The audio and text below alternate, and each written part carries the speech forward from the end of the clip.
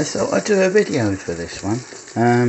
In the pan I've got, I put some oil and various herbs and spices, and then after I lightly fried those I added a chopped onion and some thinly sliced garlic, and then put some about half a cup of filtered water in, and I'm just bringing that up to the boil before I add a diced sweet potato and some carrot. So that goes in.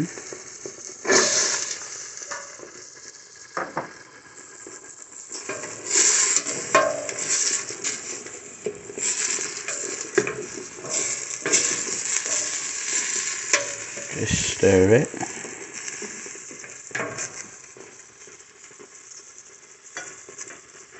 Put the lid on.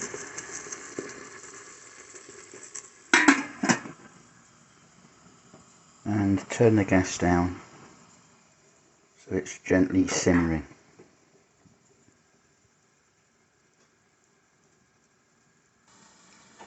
The next step is to add some minced beef. I've got British lean beef steak mince, which I quite like, and then some chopped tomatoes, and because it's mainly a beef and tomato-y thing, some cut up cherry tomatoes as well, which will go in once the sweet potato is softened a bit, along with the carrots.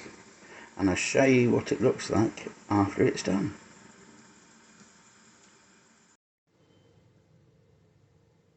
So in here is what the mixture looks like when you've added the beef and the tomatoes. Very delicious, very filling, and you can have it whatever you like. And you could have it with whole grain rice, maybe some whole wheat pasta, or spaghetti.